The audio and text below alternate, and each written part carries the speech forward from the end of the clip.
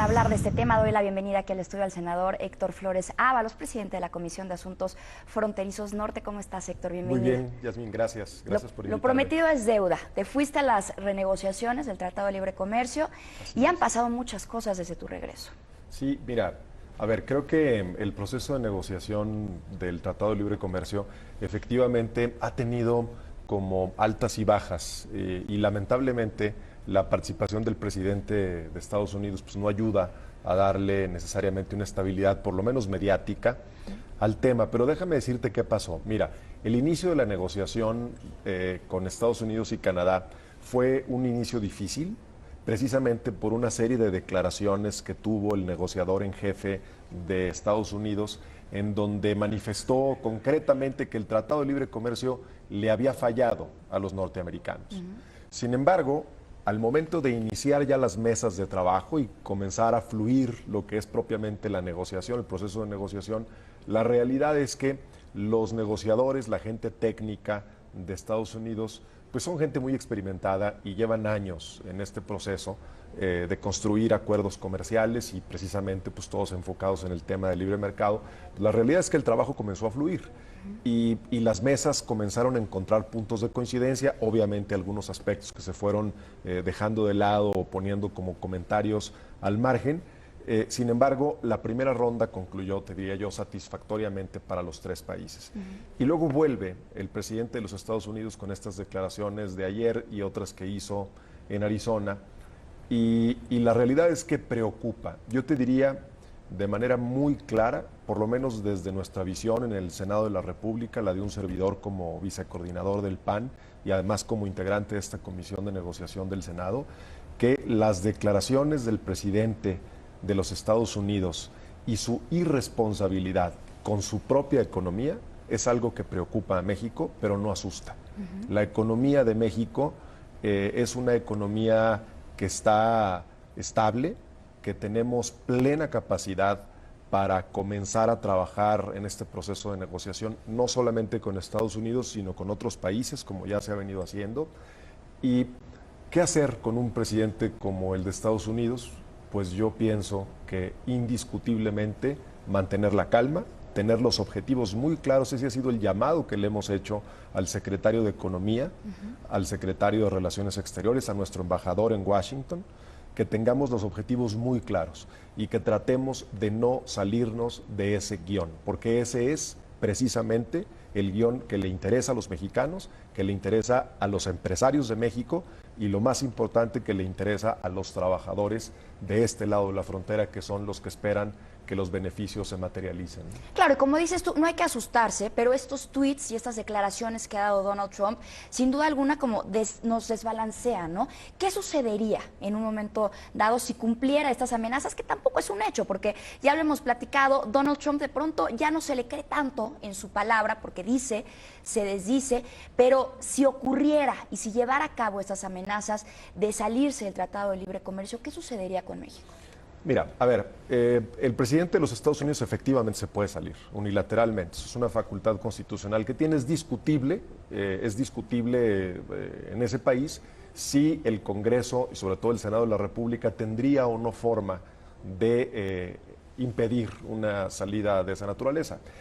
¿Qué sucedería en México? Bueno, efectivamente sería algo que nosotros consideramos negativo en todos los aspectos, no solamente por un asunto de percepción internacional sobre la estabilidad o la debilidad o la fortaleza de la economía de México, sino porque efectivamente desde hace por lo menos 30 años, yo te diría, probablemente con la entrada al GATT en un inicio y después con la suscripción del Tratado de Libre Comercio, México se ha inscrito en esta lógica de libre mercado. Y sí pensamos que ha habido resultados y que ha habido avances muy positivos en esto. Desde luego, y esa es nuestra crítica, la crítica de los senadores del PAN, ha habido temas que no se han cubierto adecuadamente y en los cuales tenemos que trabajar para que de darse una renegociación exitosa del Tratado de Libre Comercio, como todos lo esperamos, pues esos beneficios efectivamente se vean en la sociedad mexicana. Pero ¿qué pasaría frente a una salida de Estados Unidos? Yo creo que primeramente hay que decirlo muy claro, primeramente se afectaría tremendamente el interés tanto de mexicanos empresarios como de norteamericanos Claro. que están apostándole desde hace muchos años y que han construido infraestructura en los dos países para poder tener una fluidez económica, digamos, comercial. Yo creo que se afectaría tremendamente la economía de los dos países. El problema que tiene Estados Unidos ahora con su presidente es que ha dejado el presidente Trump de hablarle o de reconocer estos sectores de la economía como interlocutores importantes. Y le está hablando, en mi opinión, a un electorado, a su base electoral, que claramente le preocupa. Y eso, Yasmín, no es otra cosa más que populismo. Es Claro. un populismo de otro estilo, pero igualmente peligroso. No es un populismo que tiene las mismas notas de lo que hemos visto en otras partes del mundo. Es alguien que emplea concepciones nacionalistas, es alguien que detecta con claridad cuál es el enojo de la sociedad. Allá se llama probablemente pérdida de empleos, en México es, por ejemplo, corrupción, ¿sí? Y entonces tomas ese tema, lo reproduces muy bien en mensajes muy bien establecidos hacia ciertos sectores de la población que está enojada, probablemente legítimamente con eso, pero el problema, Yasmín, es que le ofreces soluciones que no tienen sustento en la realidad. Claro. De aquel lado de la frontera, y déjame decirte, también de este lado de la frontera es el mismo riesgo. Lo que tenemos que tener muy claro, quienes aspiramos de alguna manera a participar en la vida pública del país, es que no puede ningún proyecto ni ninguna concepción de política, por muy legítima que sea, pasar por alto que lo más importante es el desarrollo de la sociedad. Y con el desarrollo de la sociedad va el desarrollo de cada uno de los individuos que la conforman y su bienestar, Claro. independientemente de lo que nos preocupe. No hay que y nos darle a moleste, tole con ¿no? el dedo, ¿no? Con ese tema del populismo. Y creo que eso es lo que está pasando del otro lado de la frontera, en Estados Unidos. Entonces yo te diría, hay que aprender a leer los mensajes de un presidente que tiene esa lógica de comunicación con un sector de la sociedad. No hay que perder la calma y hay que tener objetivos muy claros. Claro, se nos acaba el tiempo, pero rápidamente te quiero preguntar, ¿cuál es el plan B de México? Porque vimos la respuesta de la Cancillería, que dijo de ninguna manera vamos a pagar, como ya les mencionamos, que dijo que tampoco iban a estar negociando vía tweets, lo cual me parece a mí muy correcto. ¿Cuál es el plan B del que hablan?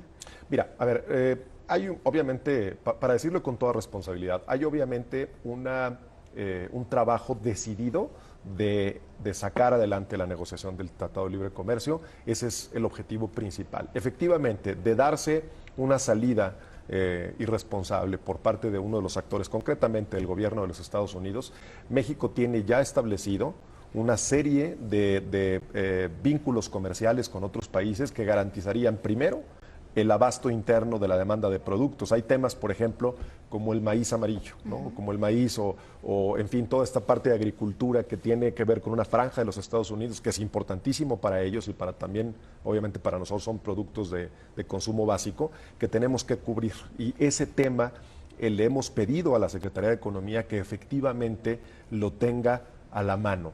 No porque pensemos que el Tratado de Libre Comercio se vaya necesariamente a caer, sino porque es algo fundamental el tener siempre y en cualquier contexto la posibilidad de recurrir a una opción diferente.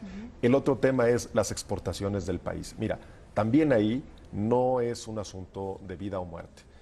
Las exportaciones del país seguirán, la demanda de Estados Unidos seguirá. Probablemente tendremos que apelar a reglas de la Organización Mundial de Comercio para que estos aranceles que se derivarían de la salida del Tratado de Libre Comercio no afecten de manera tan fundamental a nuestras empresas. Pero lo que sí es cierto, y eso se le dijo a los negociadores norteamericanos y lo tienen muy claro, es que el déficit de Estados Unidos va a continuar, porque Estados Unidos consume más de lo que produce y eso se deriva no de que México sea el problema de ellos. Claro. Se deriva de que ellos tienen una economía basada en el consumo y no en la producción.